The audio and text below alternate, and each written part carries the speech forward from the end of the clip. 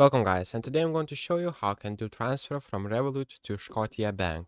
It is pretty simple and easy, so let's get started. Open up your Revolut app, and right here in the bottom you will see Payments tab. Click on that one, and here click on this in the top right.